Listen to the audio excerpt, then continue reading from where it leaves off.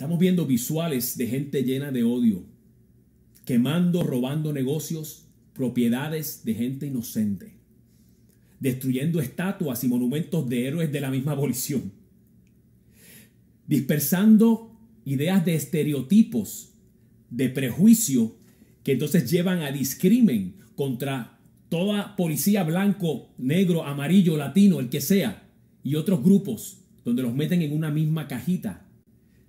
La hipocresía de eso es que están promoviendo exactamente la misma maldad que están denunciando. Una parte de nuestra sociedad ha perdido el sentido común. Y la otra parte, una gran parte de la otra parte, no hace nada o muy poco para resolver el problema. ¿Y quién arregla este desastre? Apenas estamos dominando una crisis cuando aparece otra.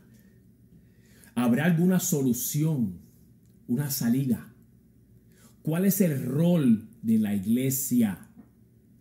¿Orar o actuar? Primero vamos a hablar un poquito de qué es lo que ha causado todo esto. Si vemos el libro de Santiago y vemos el contexto de este pasaje que yo voy a leer, debemos recordar que le está hablando a cristianos. Parece que no, pero le está hablando a cristianos para que ustedes vean la condición a la que puede llegar el ser humano aún conociendo al Señor. Pero Santiago 4, versos 4 al 8 dice: ¿saben por qué hay guerras, los conflictos y pleitos entre ustedes? Pues porque no saben dominar su egoísmo y su maldad. Son tan envidiosos que quisieran tenerlo todo. Y cuando no lo pueden conseguir, son capaces de hasta pelear, matar y promover la guerra. ¿No es eso lo que estamos viendo? Ustedes no aman a Dios, le decía el autor a los cristianos. Ustedes no aman a Dios ni lo obedecen. Pero ¿acaso no saben que hacerse amigo del mundo es volverse enemigo de Dios? Amar los sistemas de este mundo que son corruptos, que son imperfectos, es hacerse enemigo de Dios, que es el único perfecto, el único que tiene el sistema que tiene la autoridad para resolver el problema. Sigue diciendo, pues así es, si ustedes aman lo malo del mundo, se vuelven enemigos de Dios. Dios se opone a los orgullosos.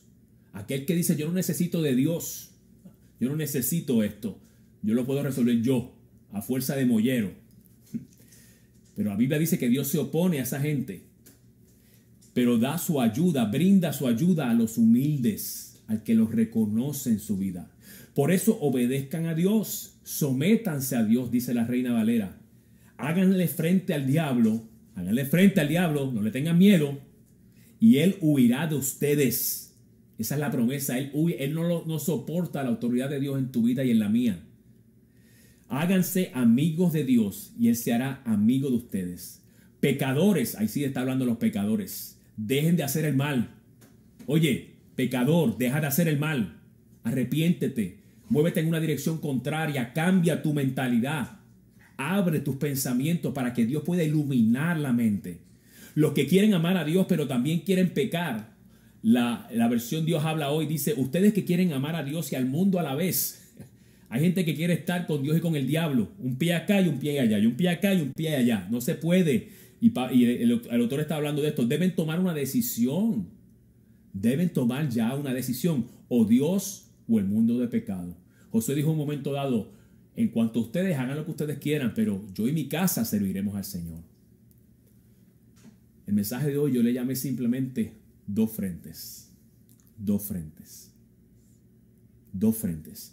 ¿Cuál es el rol de la iglesia? ¿Es orar o es actuar? Dos frentes. Algo que no se conoce mucho del movimiento de los derechos civiles en los años 60 es que privadamente Billy Graham y Martin Luther King trabajaron separadamente, pero en acuerdo, para lograr un despertar espiritual y un despertar moral. Un despertar espiritual y un despertar moral. Yo lo veo como el principio de que la fe sin obras es muerta. No me puedes decir que tienes fe y no veo obras. Entonces ambas partes se trabajan integralmente, y estos dos hombres de Dios Mucha gente no lo sabe, mucha gente lo critica, especialmente a Billy Graham, especialmente que no conoce a Dios, pero ellos trabajaron, se conocieron y se reunían y hablaban porque buscaban trabajar dos frentes a la vez. Dos frentes a la vez. Martin Luther King y Billy Graham llegaron a un acuerdo entre ellos, y esto lo han dicho varias personas, lo han corroborado, que Graham decía se iba a enfocar su trabajo en la iglesia y a través de sus cruzadas, mientras que King llevaría el mensaje a las calles, porque habían dos frentes que había que atacar. Había que trabajar en el área espiritual y había que trabajar en el área moral, en el área física. Billy Graham contó en varias ocasiones que Martin Luther King le dijo lo siguiente, le dijo: Billy, creo que deberías hacer exactamente lo que estás haciendo, tener cruzadas integradas en estos estadios. Él se conoció porque en muchas ocasiones, en medio de la segregación que había de negros y blancos en el sur, Billy Graham dijo: no, mi cruzada va a ser integral, me los pones a los dos juntos. Y lo hizo en innumerables ocasiones. Y de esa manera él establecía un principio. Estaba predicando el evangelio, pero estaba colaborando con lo que Dios estaba haciendo en el mundo espiritual. Y a través de Martin Luther King, él le dijo: eso me ayudaría, decía Martin Luther King, me ayudaría a preparar el camino para el sur de Estados Unidos. Pero si vas a las calles, tu gente posiblemente te va a abandonar y no tendrás la oportunidad de tener más cruzadas integradas. Estos dos hombres de Dios estaban peleando en dos frentes. Esa es la iglesia de Dios. Esa es la totalidad de la iglesia de Dios. No es solamente un lado, no es solamente el otro lado, son los dos lados, dos frentes. Eso es lo que vamos a necesitar si vamos a vencer en esta guerra que estamos viviendo en este país. Necesitamos dos frentes. Y en la Biblia hay una historia muy especial que en ella me voy a enfocar en el día de hoy, donde vemos exactamente eso. Y es que vemos en acción el espíritu de Nehemías, que representaba el líder civil, pero también junto con él el espíritu de Esdras, que era el líder espiritual. Los dos eran hombres de Dios, pero los dos hicieron una labor en dos frentes diferentes, pero simultáneamente. Y en este proceso de preparar lo que estamos trayendo hoy, me di cuenta que yo creo que el Señor le estaba dando forma a una nueva serie. Lo que quiero decir con esto, que esto lo voy a tocar en los próximos domingos, porque esto es un pasaje poderoso, un momento histórico poderoso en la palabra, y es muy profundo, y no va a dar con un solo servicio para traer esto. Así que hoy no voy a hablar de Esdras, pero voy a hablar de Esdras más adelante. El espíritu de Nehemías es el que quiero tocar en el día de hoy. ¿Quién era Nehemías? Sus características. Nehemías era el copero del rey, que dentro de sus funciones, además de probar el vino antes de que éste lo ingiriera, era también el consejero íntimo del rey. Ese era Nehemías. Era una persona de extrema confianza. Se convirtió en administrador, activista por el pueblo de Israel y funcionario del gobierno también. Y era un hombre de Dios y estaba en el gobierno. Por eso es que no podemos meterlos a todos en una cajita. No todos los políticos son del diablo. No todos los abogados son del diablo. No todos los policías son del diablo. No todos los negros, no todos los latinos, no todos los blancos son del diablo. Eso es un error. Eso es un horror en lo que es. Eso es satánico en lo que es. Y tenemos que aprender a madurar, a crecer, a dejar de estar con niñerías y crecer y poder mirar en el mundo espiritual, discernir más allá de lo que ven nuestros ojos. Y eso pasó con Nehemías. Nehemías era un gobernador, fue gobernador de Judá 2 veces, era copero, era consejero del rey, pero era un hombre de Dios y estaba metido allí en el mismo medio del régimen político, del régimen de gobierno de ese día, de entonces. Se convirtió en un administrador y activista por el pueblo de Israel y funcionario del gobierno, líder de gran influencia, con un gran corazón por Dios y por la gente. Por Dios y por la gente. Hay que amar a Dios y amar a la gente. Por eso hay un dicho precioso que dice que la cruz tenemos que verla en sus dos planos. El plano vertical, que es el amor y la dirección y el enfoque en Dios, y el plano horizontal, que es hacia el prójimo. Tenemos que tener las dos. Sin las dos planos no hay cruz. O es un poste o es un pedazo de madera acostado. Es los dos lo que hacen la cruz.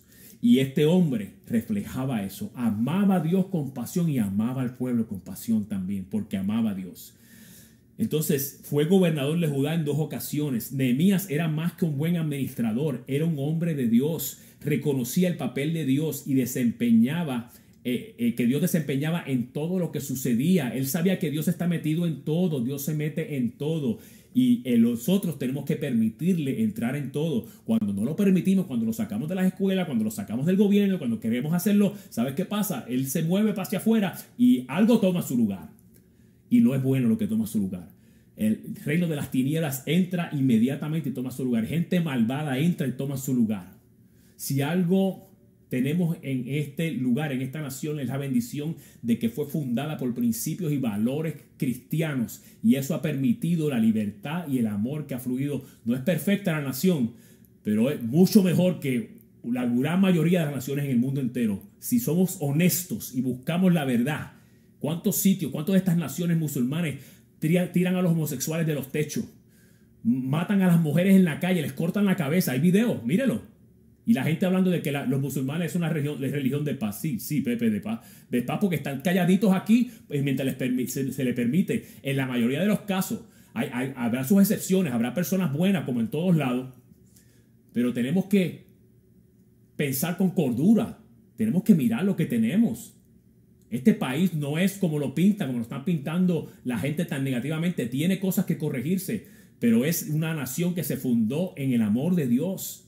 Y entonces Nehemías era un funcionario de gobierno trabajando en esa línea. Era muy fuerte en la oración. Nehemías no actuaba sin orar. Pero ¿sabes qué? Tampoco oraba sin actuar. Pónmelo ahí, Christopher. No actuaba sin orar. Y tampoco oraba si no actuaba. Tenía 2 frentes. Buscó trabajar en los 2 frentes. Buscó la ayuda de Esdras, que lo vamos a tocar después, pero trabajó en 2 frentes. Era un comunicador apasionado, con una confianza plena en Dios, que lo hacía de una resolución indomable, de una respuesta rápida. Él se movía rápido y decidida a los problemas. Él veía un problema y enseguida se movía y lo resolvía. Actuaba porque amaba a Dios y amaba a la gente.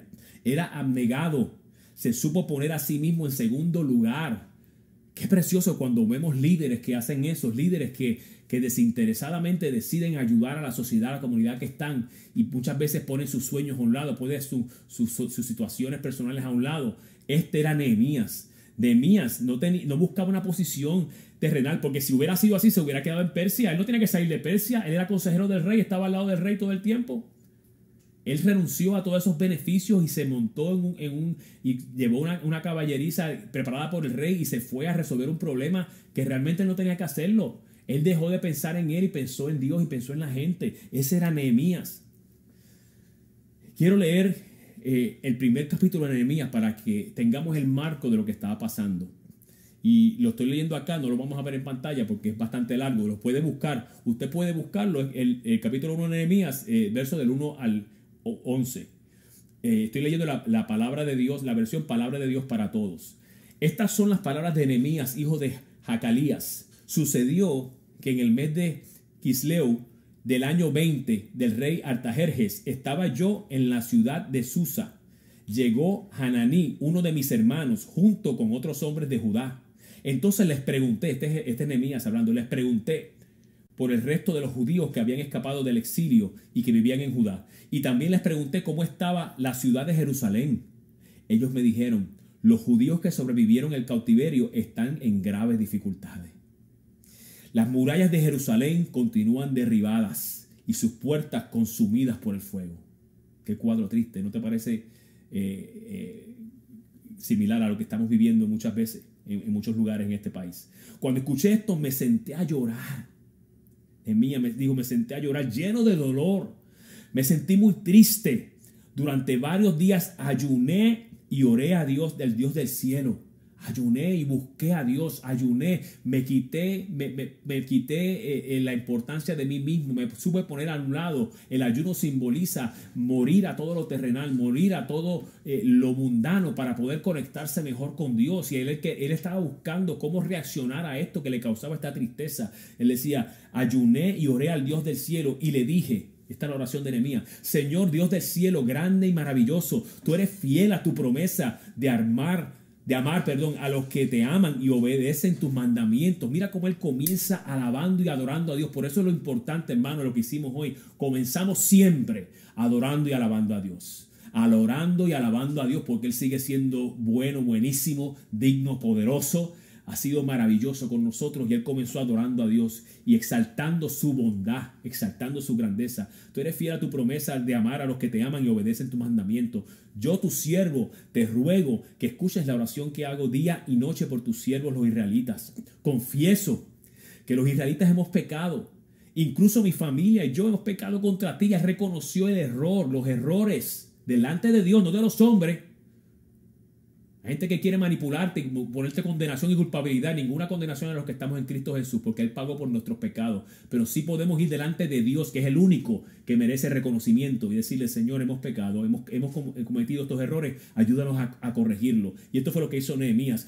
Hemos pecado, incluso mi familia y yo hemos pecado contra ti, los israelitas. Hemos actuado muy mal ante ti y no hemos obedecido los mandamientos y órdenes y leyes que le diste a tu siervo Moisés. En esta nación, parte del problema que estamos viendo es precisamente eso, que la iglesia pecó, que la iglesia se echó demasiado para atrás, le dio demasiado terreno a Satanás y a todos sus engañadores en esta sociedad, en las comunidades, en el gobierno, para que poco a poco fueran sacando a Dios y en vez de actuar, en vez de trabajar en los dos frentes, cogieron uno nada más. No, vamos a seguir orando y vamos a seguir ayunando. Sí, mientras tú sigues orando y ayunando, el enemigo seguía ganando terreno y por eso estamos donde estamos. Pero qué bueno que Dios es un Dios de misericordia, de amor, que es un Dios de nuevas oportunidades, que es un Dios de segundas y terceras y cuartas y 10 oportunidades, las que seas que tú le pidas a Dios, y nosotros estamos creyendo eso delante del Señor. Pero esto fue lo que vio Nehemías también. Le dijo, te ruego que tengas presente el mandamiento que le diste a tu siervo Moisés cuando dijiste, si no son fieles, los dispersaré y los mandaré a vivir entre las naciones extranjeras.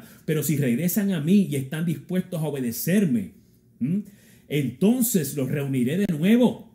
Restauración. Dios es un Dios de restauración. No hay nada que sea difícil para Dios. Y Dios es un Dios de restauración completa, plena.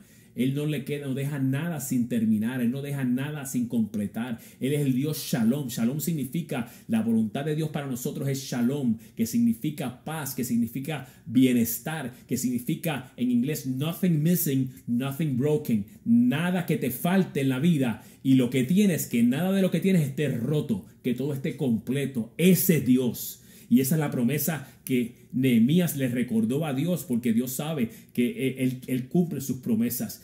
Dice, si se regresaran a mí y están dispuestos a obedecerme, entonces los reuniré de nuevo.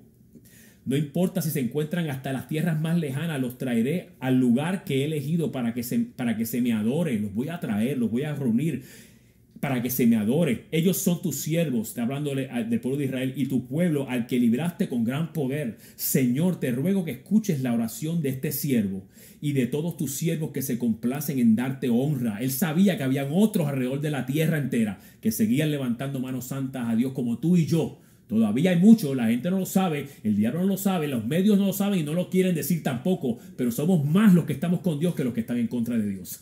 Esa es la realidad. Y van a tener una sorpresa bien grande cuando nosotros nos levantemos completo como iglesia en los dos frentes y aplastemos a este enemigo de una vez y por todas en el nombre de Jesús. Esa es mi fe, y yo oro que sea tu fe también, que tú te prestes a Dios, que tú le prestes tus talentos a Dios, que reconozca que vienen de Él y que tú le digas en esta temporada más que nunca. Yo le he estado diciendo a mi gente, comiencen a orar diferente, comiencen en vez de a pedirle a Dios, decirle, Señor, yo quiero que tú me pidas a mí, porque cuando Dios te pide es porque te va a dar. Cuando Dios te pide es porque ya te va a dar la capacidad de hacer lo que te está pidiendo. Y todo lo que tienes que hacer es obedecer. Anoche hablaba con un hermano que me decía sus dificultades y sus miedos y seguridades en obedecer ciertas cosas que él sabía que Dios le estaba pidiendo. Y le decía, ¿sabes qué, papá? ¿Por qué vienen esas inseguridades? Yo no sé, pero ¿sabes qué? No importa. Lo que importa es que vas a tener que hacerle frente. Yo tuve que hacerle frente. Para estar aquí predicando hoy tuve que hacerle frente miles de veces a inseguridades, a temores, pero yo sabía que Dios me lo estaba pidiendo y le dije, Señor, si tú me lo estás pidiendo, yo lo voy a hacer. Para adorar al Señor en adoración como estaba haciendo yo ahorita. La gente no conoce, algunos no conocen mi historia. Yo era una persona totalmente insegura, con un miedo y un complejo terrible y una inseguridad que yo decía, jamás yo podría cantar, yo no sirvo para esto. Pero empecé a escuchar la voz de Dios y decirle, y yo empecé a orarle de esa manera, si usas tú a cualquiera, úsame a mí, Señor. ¿Qué tú quieres que yo haga? Lo poquito que tengo, yo pensaba, yo era bien inocente y pensaba que él me iba a pedir cualquier tontería que yo podía hacer, que vayas allá y le lleve esta Biblia a esta persona, que haga tal cosa, y empezó a pedirme. Y cuando Dios te pide, comienza poquito a poco, pero sigue aumentando porque Él va viendo tu fidelidad. Y la Biblia dice, si en lo poco eres fiel, en lo mucho te pondré. Tú quieres mucho de Dios, sé fiel en lo poco, sé fiel en lo poco. No le pongas pero a Dios.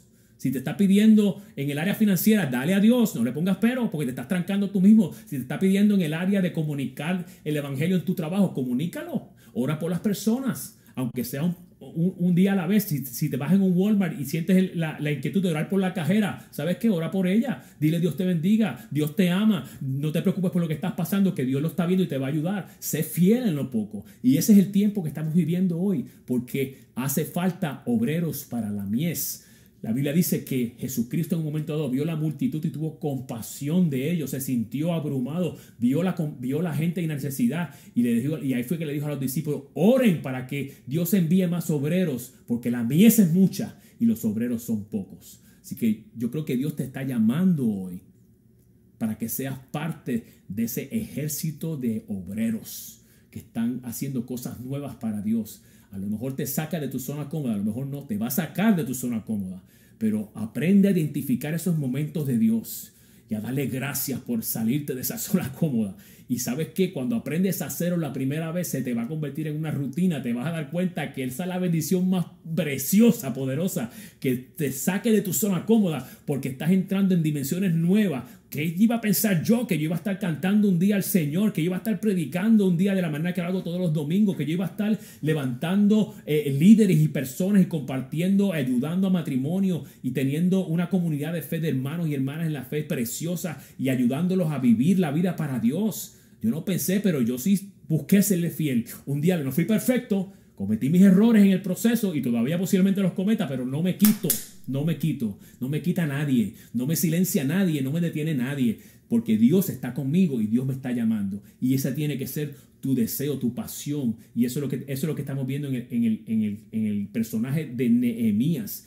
Ellos son tus siervos y tu pueblo, al que libraste con gran poder. Verso 11. Señor, te ruego que escuches la oración de este siervo y de todos tus siervos que se complacen en darte honra. Haz que me vaya bien hoy y cuando me presente ante el rey, ayúdame a ganarme su favor. En este tiempo yo era copero del rey.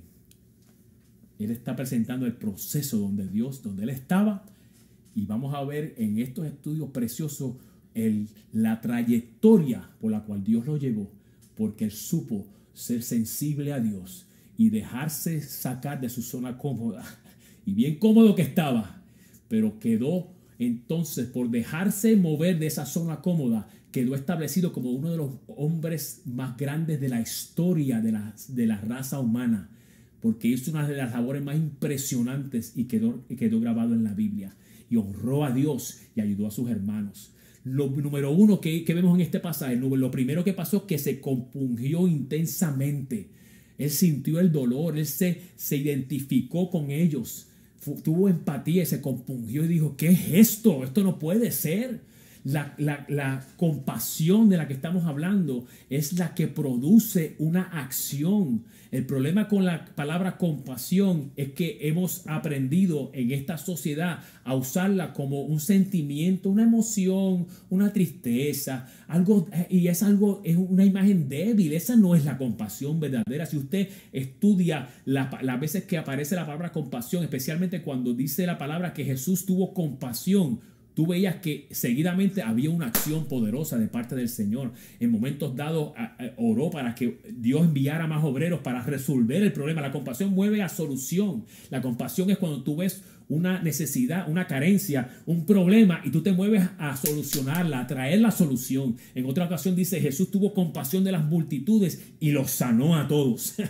Tuvo compasión de ver los enfermos y dijo, no, esto no puede ser, esto no es correcto, y los sanó a todos. Así que lo primero que tuvo Nehemías y que tenemos que tener tú y yo y la iglesia es tener compasión de lo que estamos viendo. No encerrarnos en nuestra esquinita, meter la cabeza debajo de la tierra como hace el avestruz y seguir aquí. Vamos a orar nosotros y vamos a orar para que nos abran otra vez un sitio y podamos predicar y podamos reunirnos. Y eso es parte de lo que estamos haciendo, pero es parte de la encomienda más grande. La iglesia no puede estar metida con la cabeza debajo de la tierra como el avestruz. Aquí no está pasando nada, nosotros seguimos orando y seguimos predicando el evangelio. No, señor, aquí hay dos frentes, tenemos que trabajar con las dos áreas. Por eso yo estoy buscando cómo ayudar en la sociedad también. Y en un momento dado tuvimos una reunión y unos hermanos, amigos policías acababan de graduarse y nos pidieron que fuéramos a orar por ellos. Claro que fuimos a orar por ellos y pusimos la foto y abiertamente. Y que se atreva alguien a decirme algo en contra de eso. Nosotros estamos aquí para hacer la obra de Dios, para representar a Dios, para bendecir a los policías, para bendecir a nuestros hermanos afroamericanos, para bendecirlos a todos. Y lo hacemos sin disculpa ninguna, porque si yo me disculpo estoy haciendo una afrenta a Dios, porque yo estoy representando a Dios. Y nosotros tenemos que saber que esa es nuestra posición, hacer los dos frentes mientras el Señor nos permita, mientras el Señor nos lleve de esta manera de la mano y nos inspire y nos dirija. Según Él nos dirija, nosotros vamos a tomar esas decisiones, pero lo vamos a hacer sin ningún miedo y sin ningún second thought, sin ningún otro pensamiento. Lo primero que hizo es que se compungió. Lo segundo, oró a Dios primero. Buscó la dirección de Dios primero. Acabamos de leer en ese pasaje. Le preguntó al Señor. Número 3, tomó responsabilidad por el pueblo, por permitir la situación que estaba ocurriendo en ese momento. Él dijo, aquí fallamos nosotros.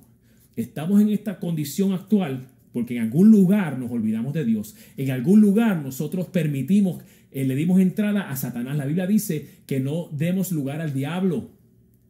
Lo dice bien claramente. Y en algún lugar, él dijo, nosotros en algún lugar le dimos entrada al mal. Y reconoció su error y se arrepintió. Y número 4, apeló a la misericordia de Dios. La misericordia de Dios, que es eterna, que es más grande que los cielos y la tierra, que nunca falla, que siempre está ahí. Y él supo apelar a la misericordia de Dios. Dos frentes. Tenemos dos frentes. El segundo capítulo de Nehemías, quiero leerlo ahora para que veamos hacia dónde se movió después de esa primera expresión. El capítulo 2, verso 1 al 20 dice, en el mes de Nisán, en el año 20 del rey Artajerjes, un día le llevaron vino a su mesa y yo se lo serví. Nehemías decía, nunca antes había estado triste cuando estaba con el rey, pero ese día lo estaba. Así que el rey me preguntó, ¿por qué estás triste? No creo que estés enfermo. Debe ser una tristeza del corazón. El rey pudo verlo en su rostro. Sentí mucho miedo.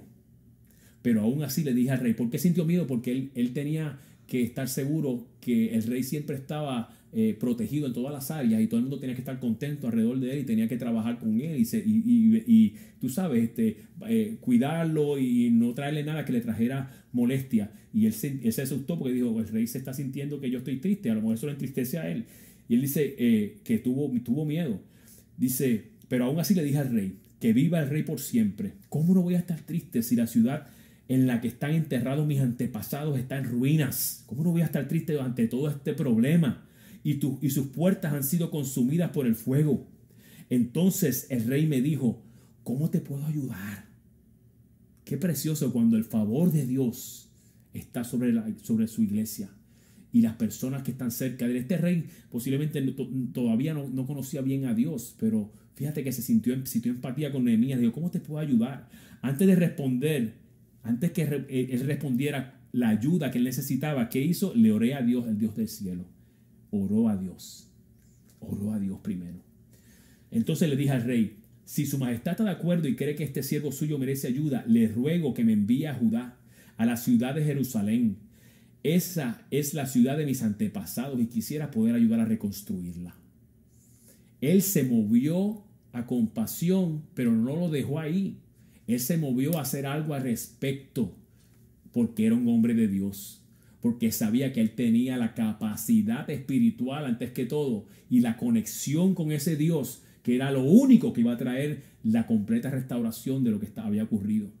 La reina estaba sentada al lado del rey y ambos me preguntaron: ¿cuánto demorará tu viaje? ¿Cuánto regresarás? Le dije exactamente cuánto me demoraría, y el rey estuvo de acuerdo en enviarme a Judá. Y así le sugerí: si su majestad está de acuerdo, le pido que me entregue cartas dirigidas a los gobernadores de las provincias que quedan en occidente del río Éufrates, para que me dejen pasar libremente hasta que llegue a Judá. Le ruego que una de estas cartas esté dirigida a Asaf, el administrador de los bosques del rey, para que me suministre madera para las vigas de las puertas del templo. Mira cómo este hombre recibió una estrategia tan específica de parte de Dios, porque oró a Dios y Dios le dijo lo que iba, los pasos que iba a dar, el tiempo. Le preguntaron cuánto tiempo iba a demorarse y él le dijo, se preparó con los documentos que necesitaba, las cartas de permiso, las cartas para los materiales.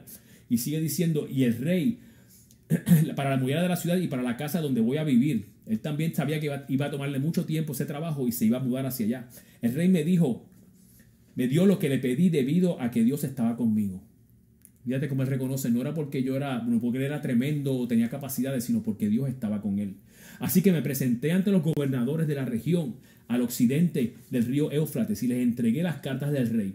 El rey me había dado una escolta de caballería al mando de oficiales del ejército. Cuando Sanbalat, el horonita, y Tobías, el siervo amonita, se enteraron de lo que yo estaba haciendo, se disgustaron mucho al saber que había llegado alguien dispuesto a ayudar a la gente de Israel. No todo el mundo va a estar contento de lo que tú estás haciendo. Vas a enfrentar oposición. Tienes que vestirte de la armadura de Dios para enfrentar la oposición que vas a tener. Pero la buena noticia es que la batalla ya fue ganada. Tú estás peleando una batalla que es lo que estás es resistiendo al enemigo, porque el enemigo ya fue derrotado y no tienes nada que temer. A los 3 días, dice, de llegar a Jerusalén, salí de noche a caballo, era Nehemías, acompañado de algunos hombres. No le conté a nadie lo que Dios me había motivado a hacer por Jerusalén. Yo era el único que cabalgaba, el resto iba a pie. Atravesamos la puerta del valle camino a la fuente del dragón. Pasamos luego por la puerta del basurero y revisé las murallas de Jerusalén, que estaban todas derrumbadas y las puertas consumidas por el fuego. Él hizo un inventario de lo que había pasado. Luego me dirigí a la puerta de la fuente y al estanque del rey. Pero cuando me acerqué me di cuenta de que el animal en que había montado no podía pasar por allí. Entonces durante la noche subí por el valle y revisé la muralla. Finalmente me di vuelta y entré por la puerta del valle y regresé. Los funcionarios de la ciudad no sabían a dónde había ido yo, ni qué estaba haciendo. Yo no le había contado nada sobre mi trabajo ni a los judíos, ni a los sacerdotes, ni a los nobles, ni a los funcionarios, ni a nadie. Él fue muy cuidadoso, muy prudente al comenzar a hacer su trabajo. Entonces les dije, cuando pasó todo ese proceso, entonces se dirigió a esa gente que él menciona ahí y les dije: ustedes conocen la situación en que estamos. Jerusalén está en ruinas y sus puertas están consumidas por el fuego. Así que trabajemos juntos y reconstruyamos la muralla de Jerusalén para que dejemos de sufrir esta humillación en la que estamos viviendo. También les conté lo bueno que Dios había sido conmigo y lo que me había dicho el rey. Y ellos dijeron, todos animados: manos a la obra. Vamos a meterle mano a esto. Vamos a trabajar. Vamos a quitarnos la angustia, el dolor. Ya no era el mismo Nehemías que comenzó.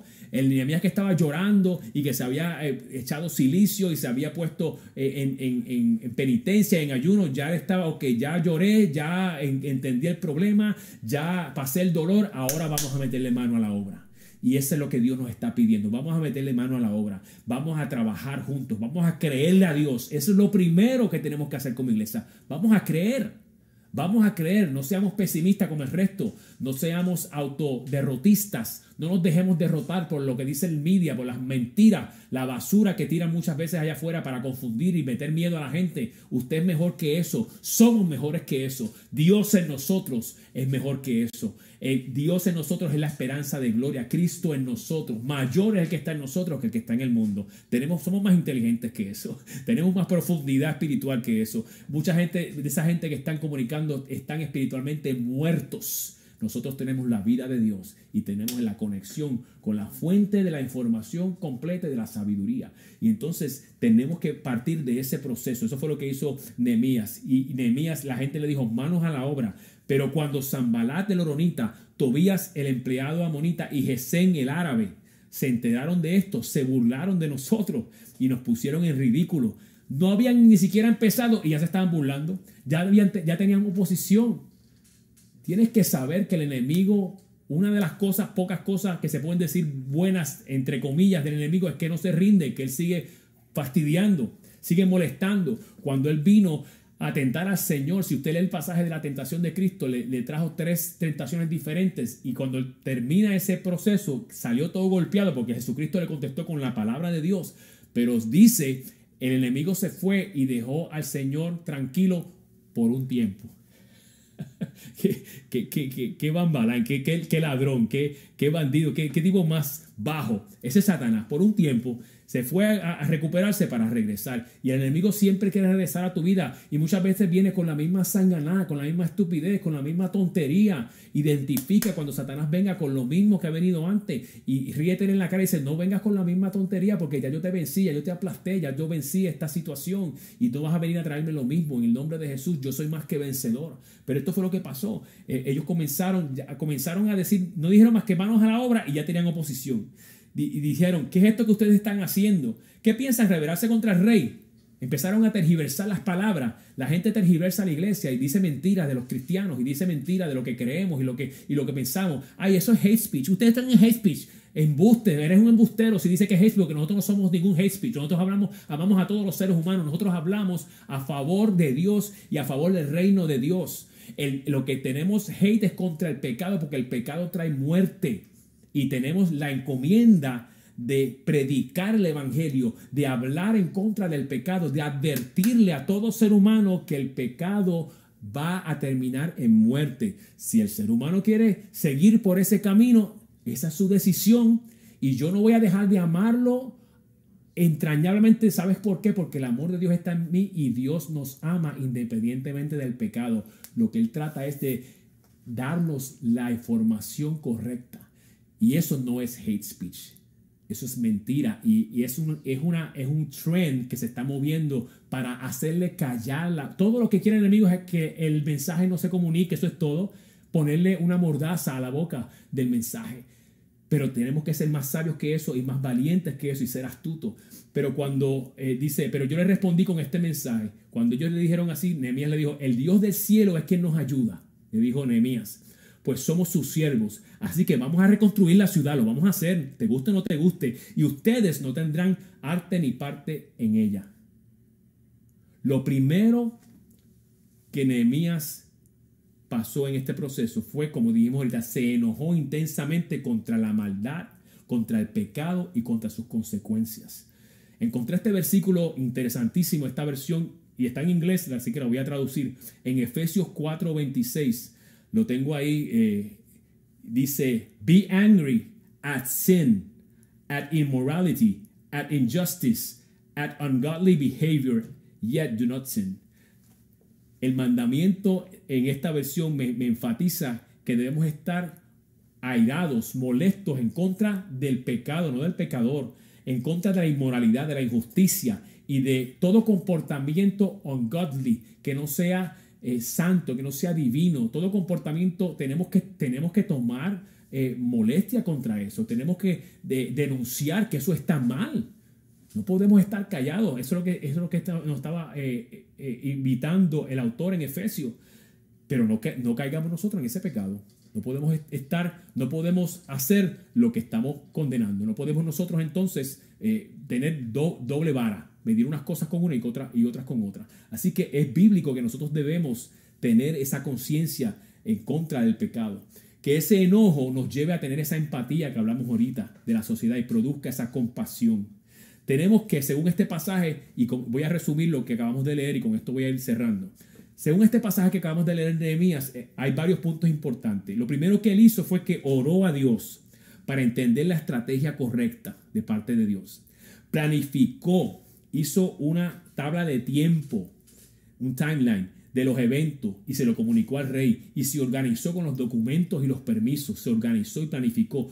No había comenzado y ya tenía oposición. Tenemos que entender estos principios para que no nos coja por sorpresa. Tomó inventario de los daños. Ese fue el primer paso. ¿Dónde está el problema? ¿Cuáles fueron los daños? ¿Qué es lo que tenemos que resolver? Fue muy secreto en su trabajo. Fue muy secreto. Él trabajó con mucha cautela, con mucha prudencia. Confrontó a los opositores directamente y desde el principio no se dejó intimidar. Él los confrontó de frente, les dijo: a mí no me vas a meter miedo, yo voy a hacer esto porque yo estoy trabajando para Dios y lo voy a hacer con una conciencia pura y limpia, independientemente de lo que tú interpretes, independientemente de lo que tú creas. A mí eso no me va a afectar ni me va a mover. Y reconoció entonces, que es el corazón de lo que estamos hablando hoy, y celebró la dualidad del llamado. Nos hace falta los dos lados. Necesitamos estar conscientes del lado moral y del lado espiritual. Trabajan juntos. Es parte del reino de Dios.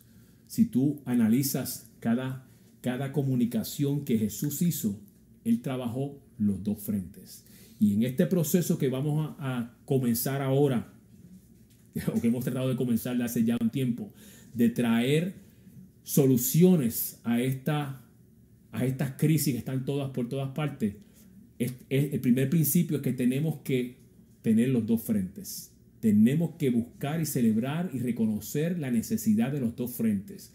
En el cuerpo de Cristo van a haber diferentes énfasis. A lo mejor hay ciertas iglesias o ciertos líderes que van a enfocarse más en un lado y otros líderes se van a enfocar más en otro lado. Perfecto, no hay problema. Después que lo trabajemos juntos, no hay problema. Por eso es importante la unidad. Por eso no podemos criticarnos unos a otros. Yo tengo una pasión específica en ciertos momentos y hay otros que a lo mejor no las tienen, pues yo no lo voy a criticar. Él tiene su llamado, él tiene su pasión, él tiene que responderle a Dios igual que yo, porque le servimos a Dios. Él no me va a criticar a mí, no me va a juzgar, yo no lo voy a menospreciar y viceversa, que es lo que habla el capítulo 14 de Romanos.